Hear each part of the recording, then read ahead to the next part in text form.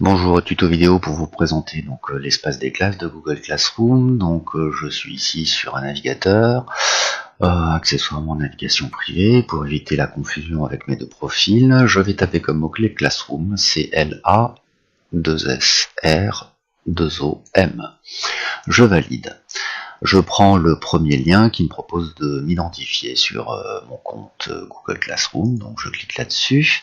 Vos comptes sont tous libellés sous le format prénom.nom @nanterreatlantique.com. Donc là ici j'ai un compte de test qui s'appelle élève-test@nanterreatlantique.com. Je m'en vais saisir le mot de passe de élève-test.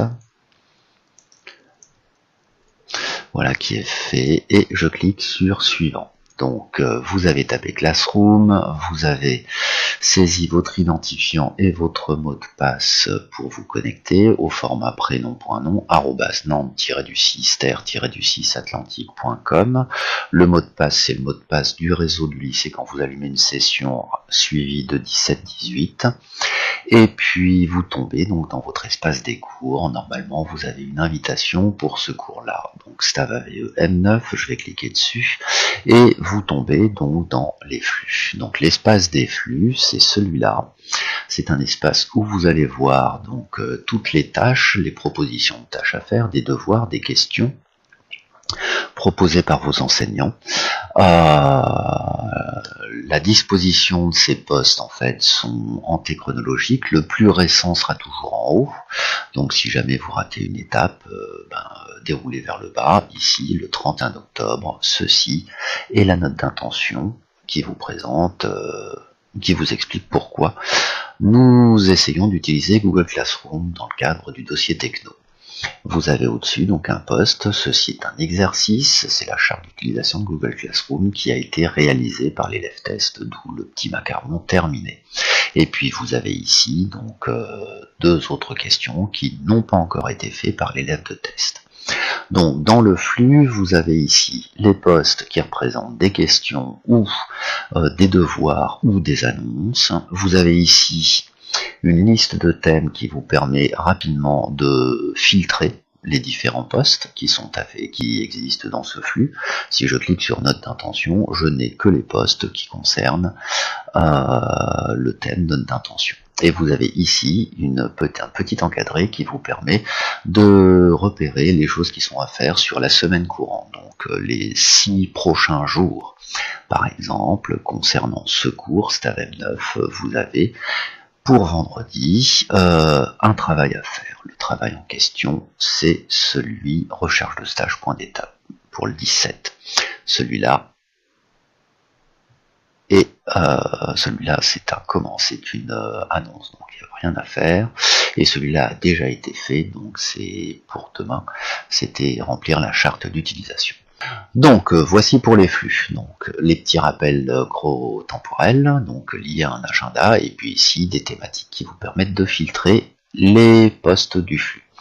Dans la rubrique autres élèves, vous avez ici la liste de tous les élèves qui sont connectés à ce cours, ce qui vous permet d'échanger avec eux.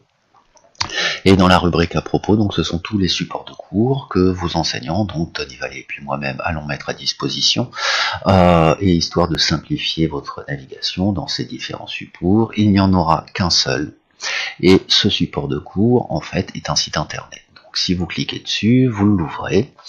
Pour l'instant, il est en évolution. Vous tombez sur la page d'accueil avec la note d'intention. Vous avez ici un agenda. Donc l'agenda, c'est tous les devoirs qui seront déposés dans ce cours. Vous aurez ici le petit rappel.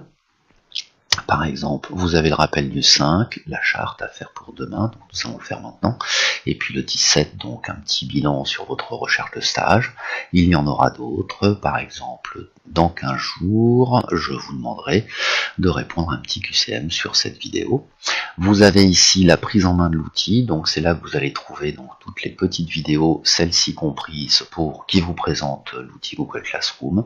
Vous avez le stage individuel avec Tony Vallée, donc on va essayer de mettre en place donc les différents points d'étape. Moi je suis en train d'imaginer votre liste de classe avec des petits curseurs, recherche en cours, puis après vous basculerez convention en cours de signature, puis etc., etc. Vous avez ici, puisque c'est le principe, enfin l'intérêt de la création de ce cours, donc ici vous aurez donc toute une série de tutos vidéo pour vous faciliter la rédaction de votre dossier techno. Par exemple, ici, une sous-rubrique création de la première page qui vous renvoie sur un lien qui vous permet, bah tiens, j'y vais, soyons fous, et qui va vous permettre, ou pas, de réaliser une première page un tant soit peu originale avec GIMP.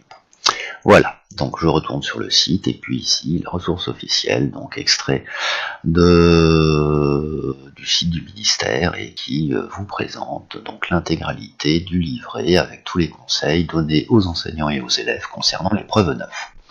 Bien, donc je ferme ce Google Site, je ferme cette ressource, et je reviens donc sur mon cours. Donc en résumé, 3 espaces, flux, classement chronologique, le rappel des dates, des devoirs à faire, classement par thème possible, autres élèves, de quoi discuter entre vous, et puis rubrique à propos, c'est la ressource des enseignants, qui, pour ce cours, ne contiendra qu'une seule ressource, un site internet qui, lui, vous renverra à de multiples ressources et tutos vous permettant de réaliser pour l'année prochaine un dossier techno. Voilà, fin de ce premier cours, enfin de ce premier tuto.